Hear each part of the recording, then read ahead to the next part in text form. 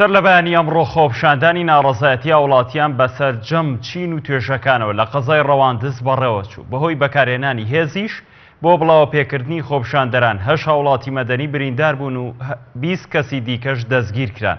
خۆپشاندەرانی ڕەواندز بە دروشمی ئێمە خەڵکی ڕەواندزین دژی گەندەڵی و دزین تاوەکو سەنتەری ڕەواندز ڕۆشتن و لەلایەن هێزە ئەمنیەکانیشەوە بە بیانووی نەبوونی مۆڵەتی خۆپشاندان ڕێگریان لێکرا و بە زەبری هێز کۆتاییان بە خۆپشاندانەکەیەنە.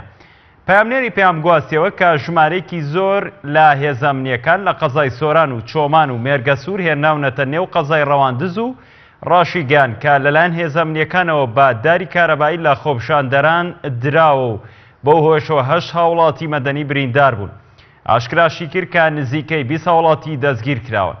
دەستگیرکراوەکانیش بۆ دەرەوەی ڕەواندز گوازراونەتەوە. پامنێری پێم ڕاشی دەگەنێت دۆخی ڕەواندز لە ئێستادا ناجێگیرە و شارۆچکەکە بە هێزی ئەمنی تەنراوە. هەروە بۆ یەکەم جاریش لە دوای شەڕی ناوخۆ بازگەی ڕەواندز دانراوەتەوە.